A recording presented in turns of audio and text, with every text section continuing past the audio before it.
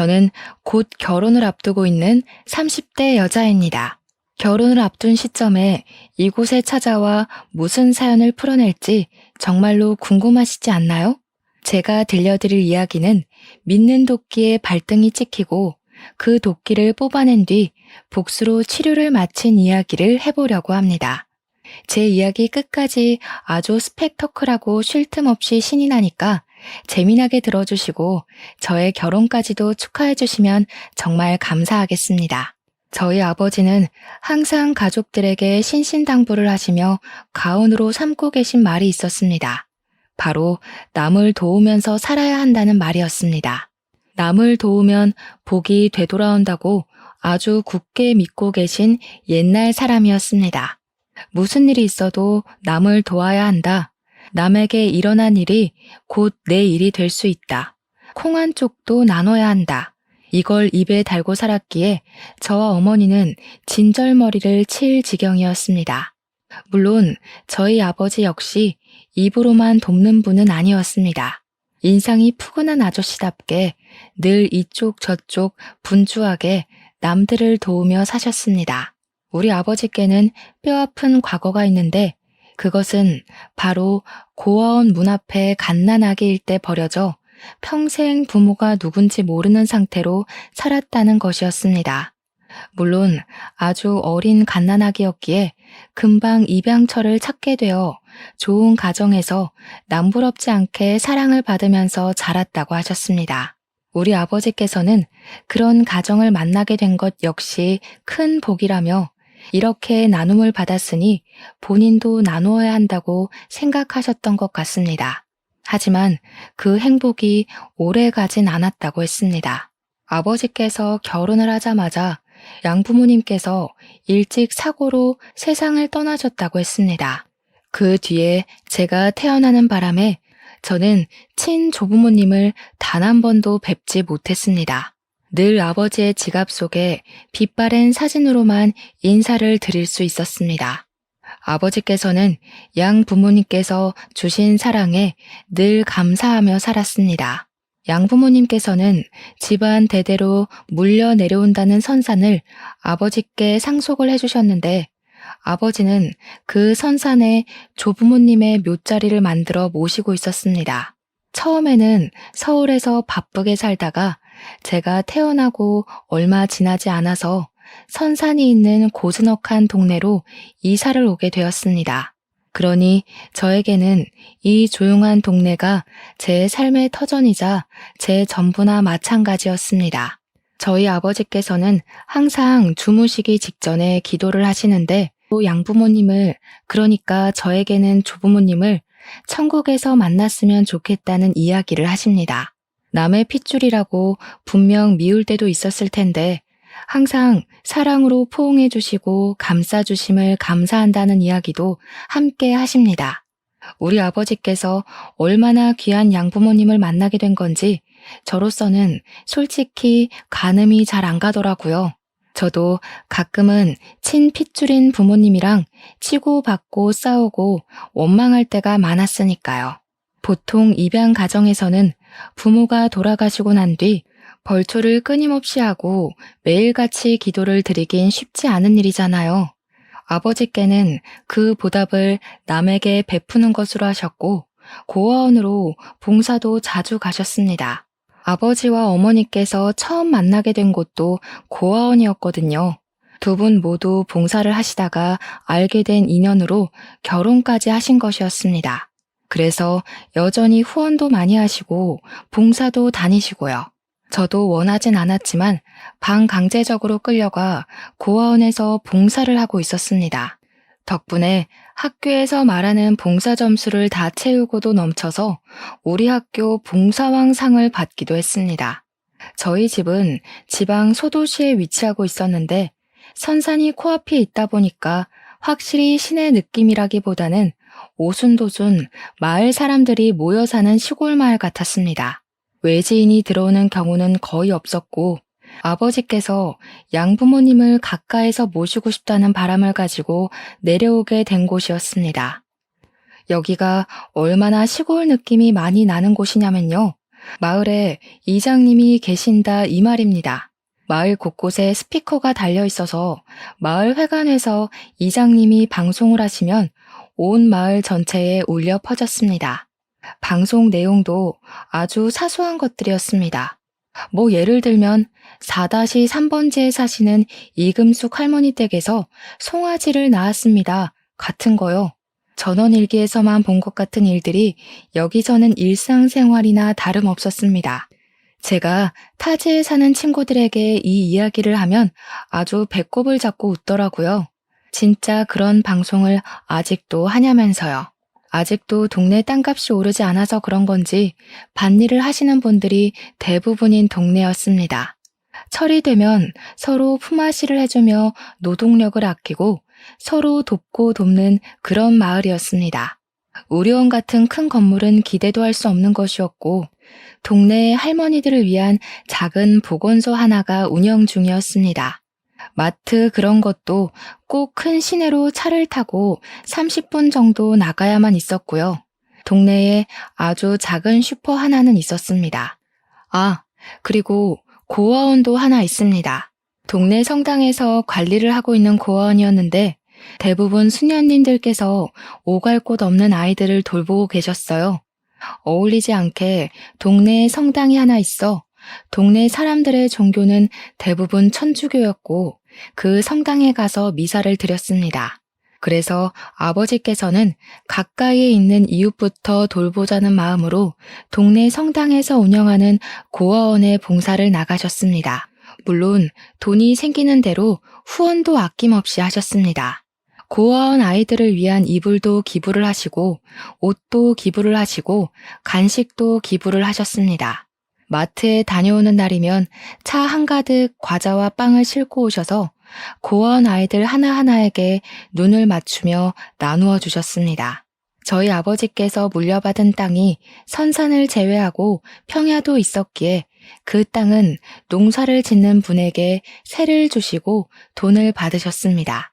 집 자체는 여유가 있었기에 봉사를 꾸준히 하시고도 가족들이 먹고 사는 데엔 문제가 없었던 거죠. 아무튼 시골 마을은 조용했고 도란도란했으며 학교가 멀다는 단점을 빼고는 살만한 동네였습니다.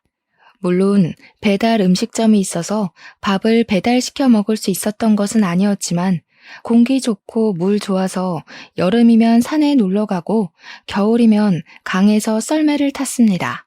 저처럼 어린 애들은 고아원에 있는 애들과 몇몇 집이 전부였지만 친구들끼리도 사이가 좋아서 다 같이 몰려다니며 사고를 치곤 했습니다.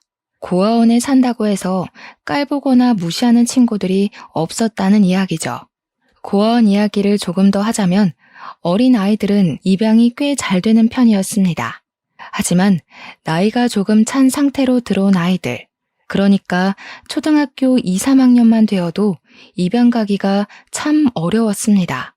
딱 5, 6살까지는 입양이 그럭저럭 되는데 7살 이후부터는 이상하게 입양이 거의 되지 않아서 19살까지 고아원에서 지내는 언니 오빠들도 많았습니다. 제가 잊지 못하는 그 아이를 만나게 된 건 제 나이가 7살이던 어느 날이었습니다. 그 남자아이는 4살의 나이로 고아원에 처음 입소를 하게 되었습니다.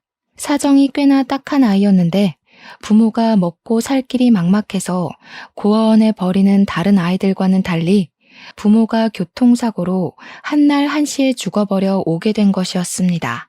맡아줄 친척이 하나도 없어서 보호시설을 떠돌다가 결국에는 고아원에 입소를 하게 된 케이스였습니다. 다른 아이들과 달리 유난히 뽀얗고 작았던 그 남자아이는 당연히 고아원에 적응을 하지 못해서 한동안 엉엉 울었습니다. 아직 부모의 보살핌이 필요한 나이인데 난생 처음 보는 수녀님들만 곁에 있으니 두렵고 불편했겠죠. 보통은 한 달 이내에 수능을 하거나 적응을 하는 편인데 찬영이는 도통 적응을 하지 못했습니다. 매일같이 우는 소리가 담을 타고 저희 집까지 들려올 정도였으니 고아원에서 함께 생활하는 아이들도 무척이나 지쳤을 겁니다. 저는 주말에 부모님을 따라 고아원에 놀러 가게 되었는데요. 형식상으론 봉사활동을 하러 간 것이었지만 고아원에는 같이 놀 친구들이 잔뜩 있어서 저에게는 놀이터나 다름없었습니다. 찬영이가 구석에서 울고불고 하고 있다가 저에게 슬며시 다가오더니 제 옷에 달린 브로치를 보고 신기해하면서 예쁘다 하더라고요. 매일같이 찬영이의 울음소리를 들었던 저는 인심 쓰듯이 브로치를 떼어서 찬영이에게 주었습니다. 아버지께서 항상 나누면서 살아야 한다고 했으니까 아깝긴 했지만 이거 하나도 찬영이가 눈물을 그친다면 더할 나위 없이 좋을 것 같았거든요.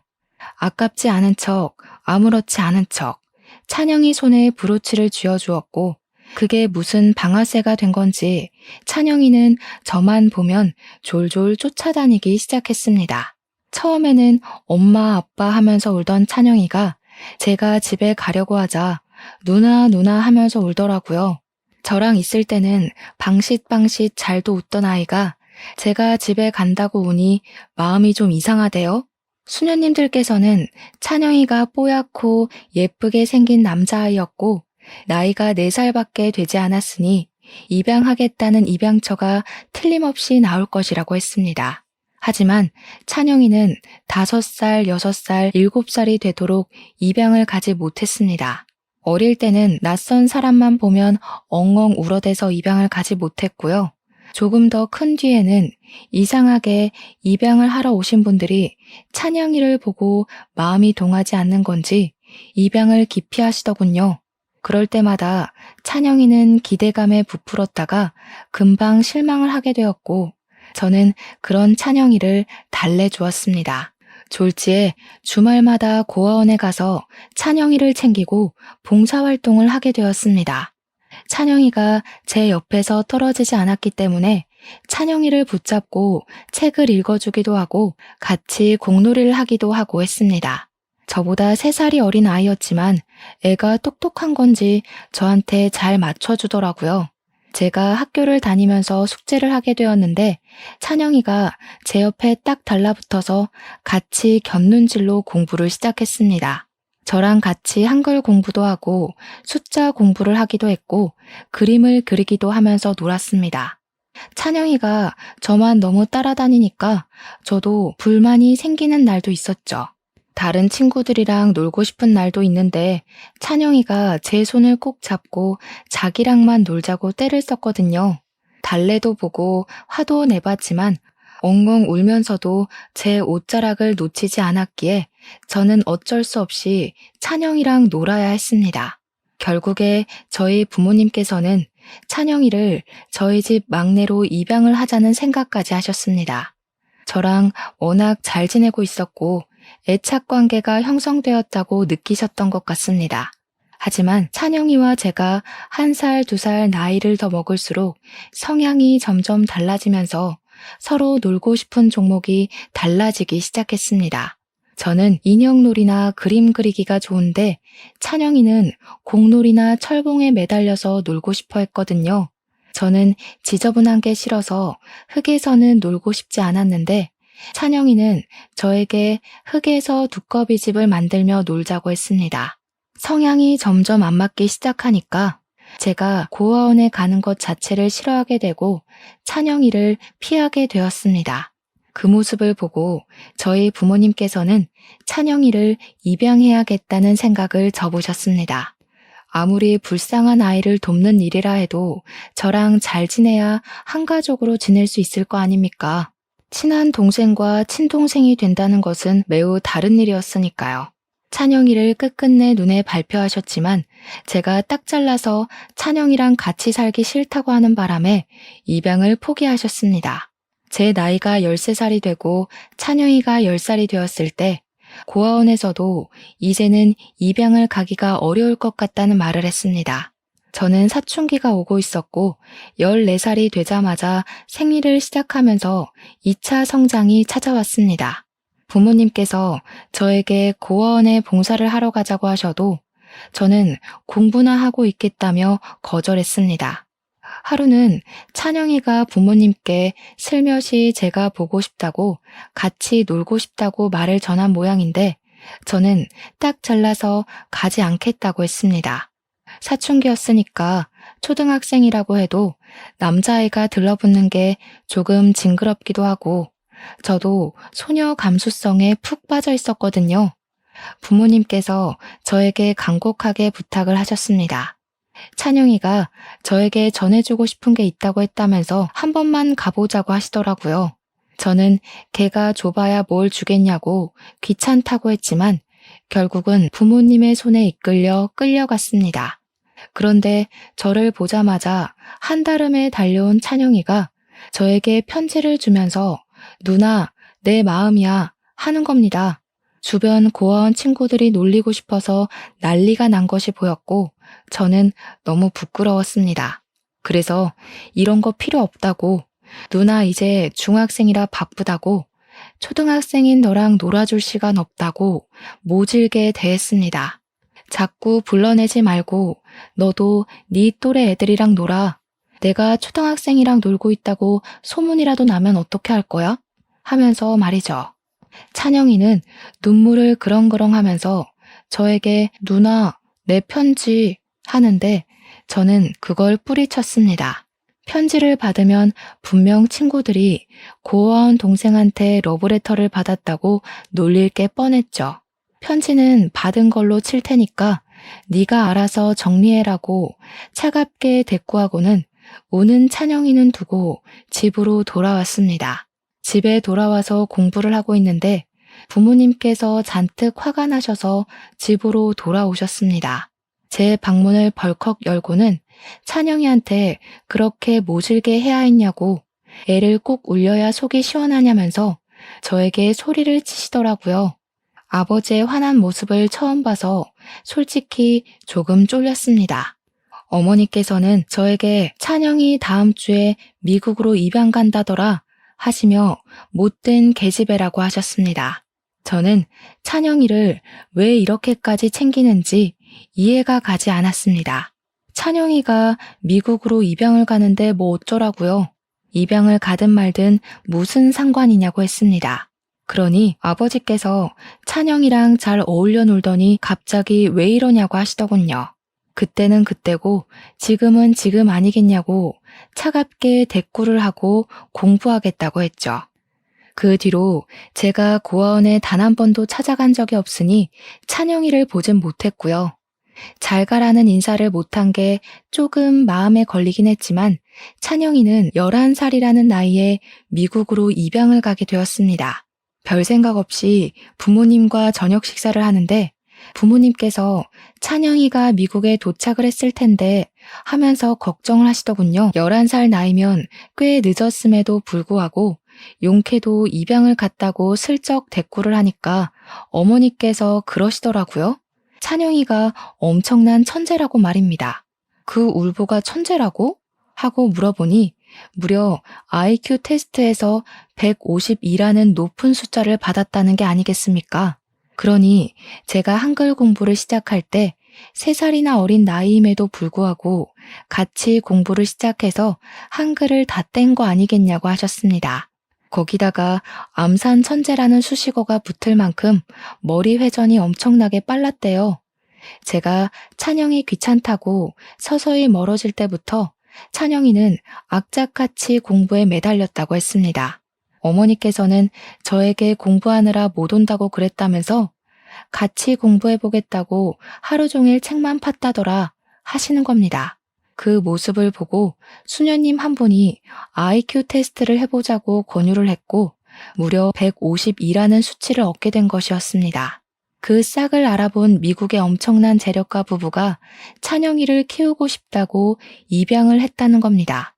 어머니께서는 연락처라도 받아뒀어야 했다고 아쉬워하길래 찬영이 성공하면 뭐 좀 얻어먹으려 했어? 하니까 화를 버럭 내시더라고요. 그 어린애가 미국 가서 무슨 정을 붙이겠냐고, 먹고 싶은 한국 음식이라도 생기면 어떻게 하겠냐고 음식 좀 보내주려고 한 거라고 하셨습니다. 찬영이가 엄마 밥을 오죽 좋아했니? 거기 가면 다 금발머리 백인일 텐데 얼마나 외롭겠냐고 하시더라고요. 저는 나물 반찬을 뒤적거리면서 남 걱정도 팔자다 하고 말았습니다. 제 밥상에도 고기가 없는데 찬영이한테 무슨 반찬을 해주겠어요. 그렇게 다시 조용해진 마을에 어느 날 갑자기 요란법석한 일이 생기고 말았습니다. 외지인이 잘 정착하지 않는 마을인데 외지인이 새로 집을 지어서 이사를 온다고 공사를 한창 하고 있었거든요. 마을 사람들은 새로 등장하는 사람이 궁금하기도 하고 집을 어떻게 지을 건지 구경을 하고 싶어 했었습니다. 그런데 집을 지으려면 장비차들이 들어와야 하는데 마을 사람들이 그때 딱 마침 고추를 말릴 시기라 도로에 고추를 싹 널어둔 것입니다. 마을 사람들의 통행 일정이야 다들 꿰차고 있었고 큰 차량이 아니면 요리조리 피해갈 수 있는 수준이라 그냥 널어둔 것이었습니다. 게다가 매년 행사처럼 고추를 널어놓은 거라 누구 하나 불평을 하는 사람이 없었거든요. 외지인은 그걸 알 턱이 없는 거죠. 그래서 고추를 말릴 시기에 중장비 차량이 와서 건물을 올리는 공사를 맡긴 겁니다. 하루에도 몇 번씩 공사 차량이 왔다 갔다 해야 하는데 그놈의 고추 때문에 옴짝달싹도 할 수 없게 되었습니다. 마을 이장이라는 사람은 외지인에게 그냥 공사 내일요 하면서 태평하게 굴었습니다. 정작 외지인은 하루하루가 다 돈인데 말이죠. 고추 좀 치워달라고 방송을 해달라고 요청을 했지만 이장님은 귀찮다고 무시하셨습니다. 사실 우리 마을 이장이 좀 일도 잘 안 하고 자기가 제일 잘났다고 생각하면서 사는 사람이라 재수가 없긴 했거든요. 아들이 무슨 서울대를 나왔다나 뭐라나. 아무튼 외지인에게 자기는 막걸리 약속이 있어서 방송해주기 어렵다고 하고는 사라졌대요. 근데 저희 아버지께서 소란스러움에 무슨 일 있나 싶어서 나와보셨다가 그 상황을 모두 목격하신 겁니다. 그냥 지나칠 수 없었던 아버지는 동네 집집마다 다 돌아다니면서 할미, 고추 좀 치워주세요. 이 고추 저쪽으로 옮깁니다. 하면서 길을 터주셨습니다. 한 40분을 넘게 동네방네 외친 덕에 길이 드디어 열렸고 외지인 부부는 저희 아버지께 엄청나게 고마워하셨습니다.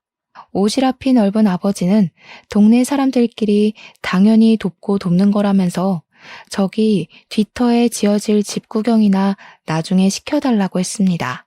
몇 주 뒤 집을 다 지은 후에 초대를 받았고 집을 궁금해하던 마을 사람들끼리 모여서 외지인 부분의 집 구경도 하고 선물도 줬다고 하더라고요. 아버지께서 워낙 사람을 좋아하시고 오지랖이 넓으신 분이니까 그럴 수 있지 뭐 하고 넘어갔죠. 그뿐만이 아니긴 했습니다. 금순 할머니 댁에서 소가 송아지를 또 낳았는데 이 송아지가 나오는 도중에 뭐가 잘못된 건지 비실비실 하더라고요. 이게 다 얼마짜리 소인데 하면서 발을 동동 구르는 할미를 대신해서 아버지께서 직접 옆 마을 수의사분을 모시고 와 진료를 보게 해드렸고요. 다행히 목에 걸린 찌꺼기들을 뽑아내자 다시 숨이 활기차졌다고 하더라고요.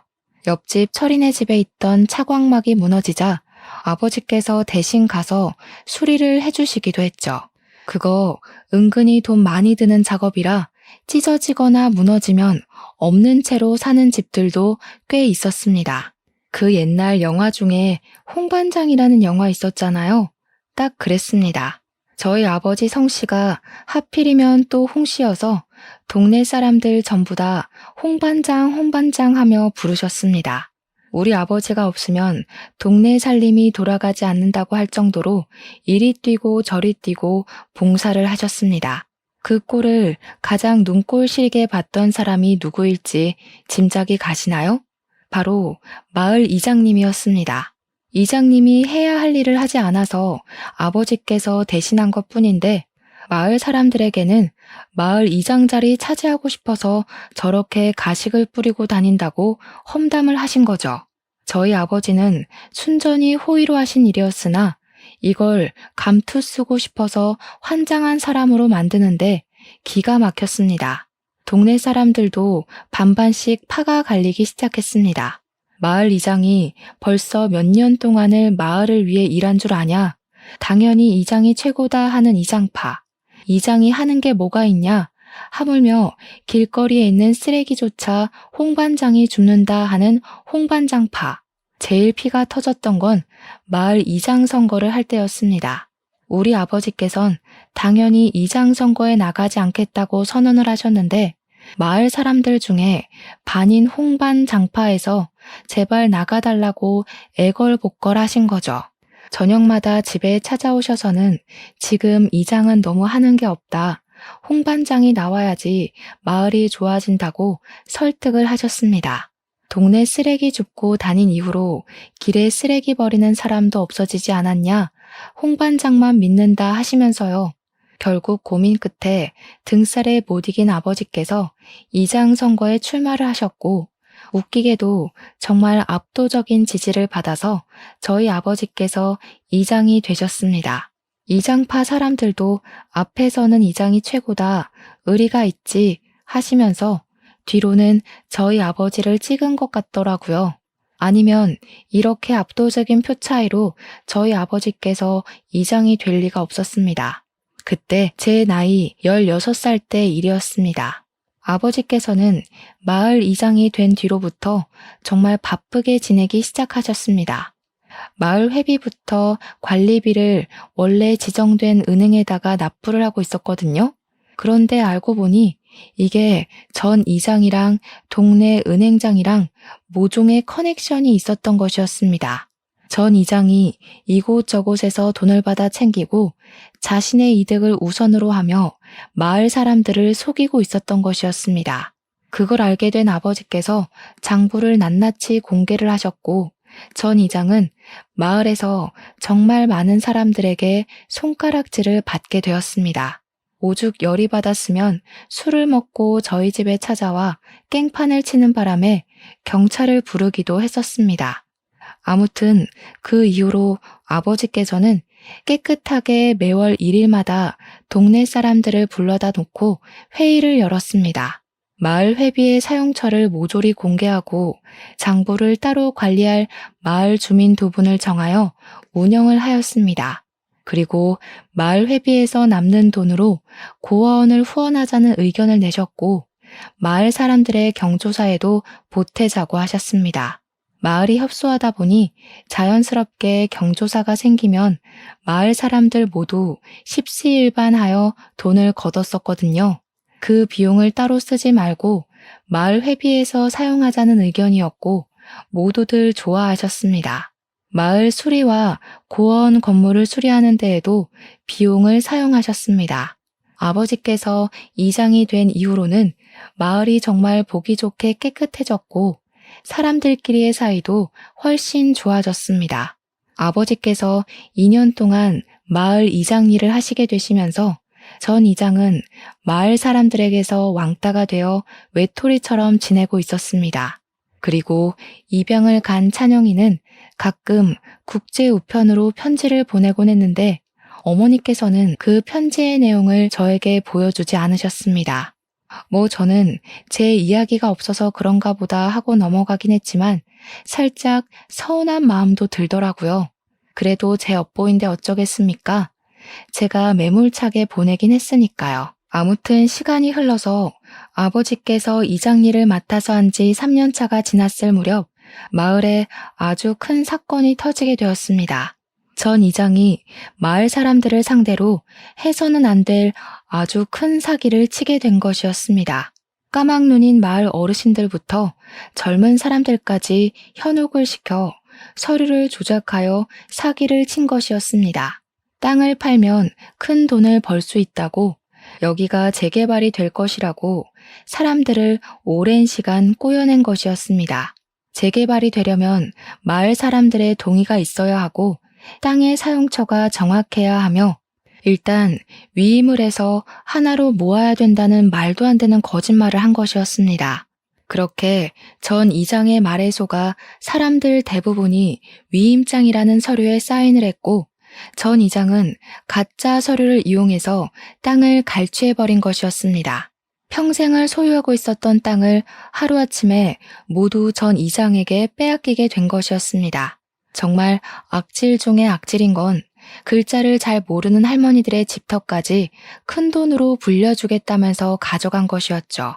아무것도 모르는 순진한 시골 사람들이 서류를 제대로 확인하지도 않고 도장을 찍어버렸고요. 문제는 우리 아버지는 속지 않을 게 뻔하니까 우리 어머니께 접근을 해서 며칠 동안 현혹을 시켰던 겁니다. 어머니께서는 마을 사람들 대부분이 동참을 하였으니 믿고 도장을 드린 거죠. 저희 가족은 한순간에 선산을 빼앗기고 말았습니다. 거기다가 평야까지 모두 빼앗겼는데 평야를 농사꾼에게 세를 주고 있지 않았겠습니까? 농사꾼에게 보증금을 돌려주어야 하는 상황까지 오게 된 것이었습니다. 거기다가 계약 기간을 무시하고 명의가 바뀐 탓에 자기들 1년 농사가 망하게 생겼다면서 손해배상 청구까지 들어온 거죠. 한순간에 우리 가족은 돈 한 푼 없는 비렁뱅이 신세가 되었습니다. 그뿐만이 아니라 우리 마을 사람들도 죄다 거지가 되고 집을 빼앗기고 땅을 빼앗겼습니다. 하나같이 우리 아버지를 찾아와서 도와달라고 울고불고 난리를 쳤습니다. 그 사이에 전 이장은 유유히 마을을 떠나 잠적을 해버렸죠. 저희는 풀죽도 얻어먹지 못하는 신세가 되었는데 다행히 그동안 후원을 했던 고아원에서 도움을 주시겠다고 하셨습니다. 모체가 성당이라고 하지 않았습니까? 이걸 교단에 이야기를 했더니 다른 성당에 있던 사람들이 모금을 시작한 겁니다. 그 돈을 우리 아버지께 도움을 드리고 싶다며 보내주신 거죠. 돈이 꽤 되어서 한시름 났다고 생각한 것도 잠시였습니다. 아버지께서는 그 돈을 전부 마을 사람들에게 나눠주셨습니다. 우리는 아직 젊으니 어떻게든 먹고 살 수 있다고 말입니다. 저는 아빠가 너무나도 무책임하다 생각했습니다. 그 돈만 있으면 우리도 다른 동네에 전셋집 하나는 얻을 수 있는 돈이었거든요. 제 나이가 19살인데 그거 하나 몰랐겠습니까? 어머니도 이번에는 아버지를 살짝 원망하셨습니다.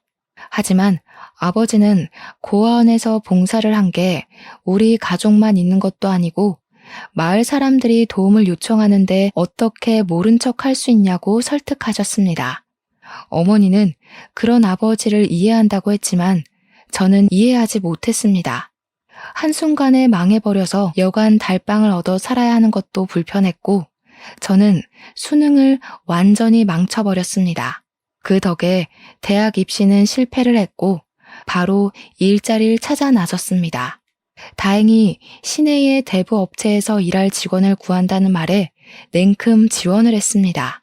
일이 위험해 보이긴 했어요. 조폭들이 운영하는 대부 업체였거든요. 대신 월급이 꽤 많았기에 그곳에서 일하며 집안의 빚을 갚기 위해 노력했습니다. 보증금이야 안 쓰고 있어서 갚았지만 손해배상 청구된 금액은 다달이 갚아야 했거든요. 아버지는 다른 동네로 막노동 일을 나가셨고 어머니는 식당에서 일을 하셨습니다. 온 가족이 뿔뿔이 흩어져서 지냈지만 더 독하게 마음을 먹고 일을 했습니다. 그렇게 살기를 7년. 빚은 거의 갚아가는 시점에 또다시 사건이 터진 것입니다.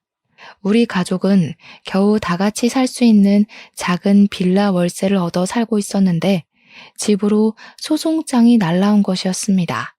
이게 뭔가 하고 보니 선산에 우리 아버지 양부모님, 즉 조부모님의 묘가 자리하고 있지 않았겠습니까?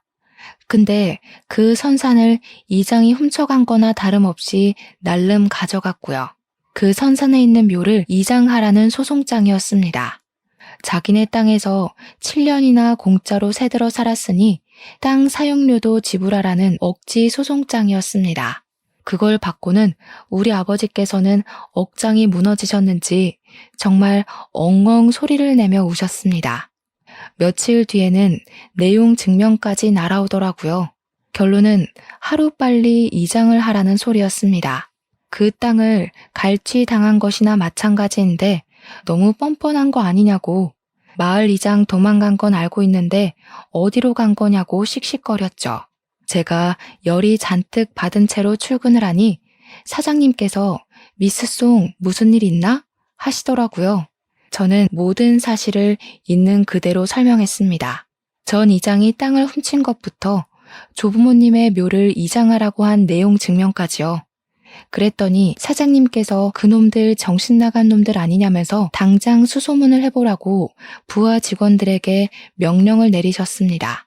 사장님께서 이렇게까지 화를 내실 거라고는 생각을 못해서 조금 얼떨떨한 기분이 들었습니다.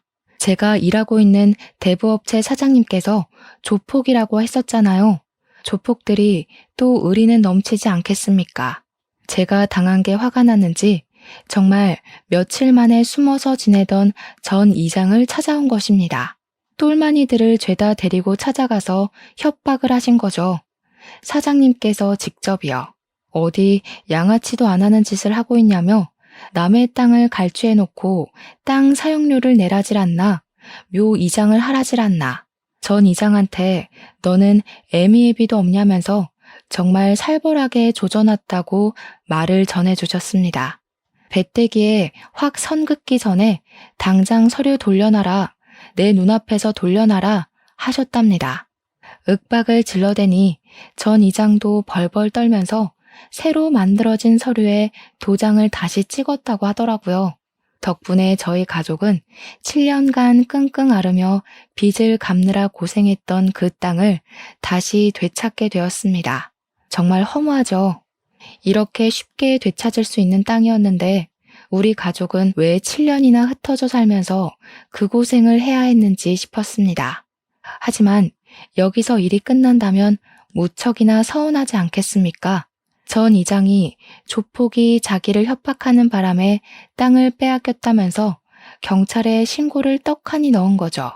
다 감옥에 잡아 쳐넣을 거라면서 경찰을 대동하고는 사무실로 찾아와서 적반하장을 부린 것입니다. 저는 괜히 저 때문에 사장님까지 난처해지고 곤란한 일을 겪으시는 것 같아서 죄송한 마음이 들었습니다. 그러니 사장님께서 오히려 저에게 괜찮다고 걱정하지 말라고 하시더군요. 이런 일 한두 번 겪어본 것 아니고 뭐 심각해지면 감방이나 갔다 오면 되지 않겠냐고 하시는데 감방 소리 나오자마자 식겁을 했네요. 제가 놀라서 입을 헉 하고 벌리니 어차피 가봐야 이런 잡다한 일은 징역 1년도 안 산다고 하시더라고요. 아니, 쿨해도 사장님이 너무 쿨하신 것 아닌가 하는 생각이 들었습니다. 제 마음의 찝찝함은 솔직히 계속 남아 있었습니다. 죄송한 마음에 안 되겠다, 이대로 가만히 있으면 의리가 없는 것 아니냐 하는 생각이 들었습니다. 저는 바로 변호사를 알아보기 시작했지만 워낙 많은 사람이 엮인 소송이기도 하고 이해관계가 복잡해서 그런 건지 선뜻 맡아주겠다는 변호사가 없었습니다. 소송비도 정말 비싸게 부르더군요. 저는 점점 무기력해졌습니다. 경찰 조사는 시작이 되었고 변호사를 선임하라는 법원의 연락까지 받게 되었습니다. 일을 어쩌나 발만 동동 구르고 있는데 전 이장은 정말 뻔뻔하게 나오는 겁니다. 자기가 협박을 당해서 어쩔 수 없이 빼앗긴 땅이라고 끝없이 주장을 하더라고요. 마을 사람들은 모두 당했던 전적이 있으니 저희 사장님을 위해서 탄원서를 써주겠다고 전부 나섰습니다. 그러던 와중에 집에 누군가 찾아왔습니다. 우리 집에 손님이 찾아올 리가 없는데 누군가 싶어서 문을 열어보니 글쎄 정말 상상도 못한 인물이 서 있었죠. 바로 미국으로 입양을 간 찬영이가 우리 집을 찾아온 게 아니겠습니까? 저는 처음에 세월이 너무 많이 흘러서 찬영이를 알아보지 못했고 누구세요 하고 묻는데 어머니께서 버선발로 뛰어나와 찬영아 하면서 부르셔서 알았습니다. 제가 너무 놀라서 눈을 꿈뻑거리며 찬영이? 네가 찬영이라고? 하면서 놀람을 숨기지 못하니 저에게 누나 오랜만이네요 하더라고요. 알고 보니 우리 가족이 모두 뿔뿔이 흩어져 있는 동안에도 어머니께서는 찬영이랑 계속 편지를 주고받고 있었다고 하시더라고요. 그게 이 힘든 삶의 유일한 재미이자 탈출구이자 위안이었다고 하셨습니다. 저는 또 반성을 하게 되었죠. 같은 한국에 있는 저라도 자주 연락을 드렸어야 하는 건데 하고요. 근데 분명 찬영이는 미국으로 입양을 갔는데 왜 한국에 와 있나 싶어서 물어보니 그러더군요. 소송을 도와주러 왔다고요. 찬영이가 글쎄 IQ가 152인 천재라고 했었잖아요. 미국에 가서 완전히 고삐가 풀려서 두각을 드러내기 시작한 것이었습니다. 미국으로 치면 중학교, 고등학교를 남들과 달리 아주 일찍 조기 졸업을 했고 대학도 로스쿨에 진학해서 조기 졸업을 했다고 하더군요. 변호사 시험까지 한 번에 떡하니 붙어버린 덕에 어린 나이부터 변호사 일을 시작했다고 했습니다. 굵직한 사건을 여러 개 맡아서 승소를 한 유명한 변호사가 되었다고요. 고작 24살밖에 되지 않은 나이임에도 불구하고요. 당연히 마을 사람들의 반환 소송이며 우리 대부업체 사장님 소송까지 전부 변호를 해주겠다고 했습니다. 찬영이는 미국에서부터 이야기를 전해 듣고 소송 준비를 하면서 한국까지 왔다고 아무 걱정도 하지 마시라고 하더라고요. 잘 키운 딸보다 훨씬 든든한 아들이라며 부모님께서 참 뿌듯해 하셨습니다. 그렇게 찬영이의 도움으로 재판이 시작되고 당연히 자기 땅이라고 우기던 전 이장에게 어떻게 모은 것인지 증거들을 하나하나 제시하면서 그게 이장의 땅이 아니라는 것을 밝혀냈습니다. 오래된 땅 문서들부터 시작해서 원래 소유주가 몇 년 동안 이 땅을 가지고 있었는지까지 조목조목 설명을 하더라고요. 마을 사람들 전부 고소를 했고 사장님을 위하고 울고불고 하는데 마을 사람들이 죄다 침을 뱉고 돌까지 던졌습니다. 언제가 됐든 나쁜 짓을 하면 천벌 받는다는 게 진짜인가 봅니다. 그리고 저는 찬영이에게 그 어린 시절 상처를 주고 떠나게 해서 미안하다고 진심으로 사과를 했습니다. 찬영이도 저의 사과를 받아주면서 그때 못 전해준 편지라며 그 시절에 썼던 빛바랜 편지를 전해주었습니다. 거기에는 누나, 이제는 공놀이 안 해줘도 돼. 다음에 만나면 인형놀이 하자고 쓰여 있었습니다. 미국에 가기 전에 저에게 꼭 하고 싶었던 말이라고 하는데 저도 모르게 눈물이 주르륵 나오더군요.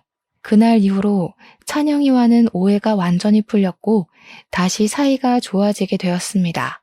찬영이는 키워주신 양부모님께 인사를 드리고 정리를 끝내고 아예 한국으로 돌아온 것이라고 말을 하였습니다. 우리 마을에 자리를 잡고 인권 변호사로서 어려운 사람들을 위해 3년째 변호를 하며 살고 있는 중이랍니다. 그 사이에 저희 사이도 깊어져서 곧 결혼을 앞두고 있습니다.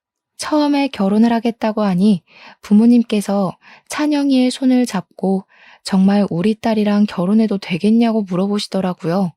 혹시 약점을 잡힌 건 아니냐, 이게 꿈인지 생시인지 모르겠다면서 저를 의미심장하게 쳐다보시는데 제가 진짜 딸이 맞는지 순간 의심이 들 정도였습니다. 찬영이는 오래전부터 저를 마음에 품어두고 단 한 번도 잊어본 적 없다면서 저희 부모님께 진심을 담아 이야기를 했습니다. 미국에 가서도 저희 어머니께 편지를 쓰면서 제 이야기를 얼마나 물어보고 싶었는지 꾹꾹 참았다고 하더군요. 왜 참았냐 하니까 번듯한 직장을 가지고 어릴 적 모습과 완전히 달라진 모습으로 제 앞에 나타나고 싶었다고 했습니다. 저는 그 말을 듣고 정말 진심으로 감동을 받았습니다. 그리고 이 사람을 평생 사랑할 수 있겠다는 마음도 들었죠. 절제절명의 순간에 찾아온 찬영이에게 늘 고마워하며 살 것 같습니다. 아무튼 저희 가족을 위해 한달음에 달려와준 제 예비신랑과 평생 함께 행복할 수 있도록 모두 응원해 주시면 감사하겠습니다.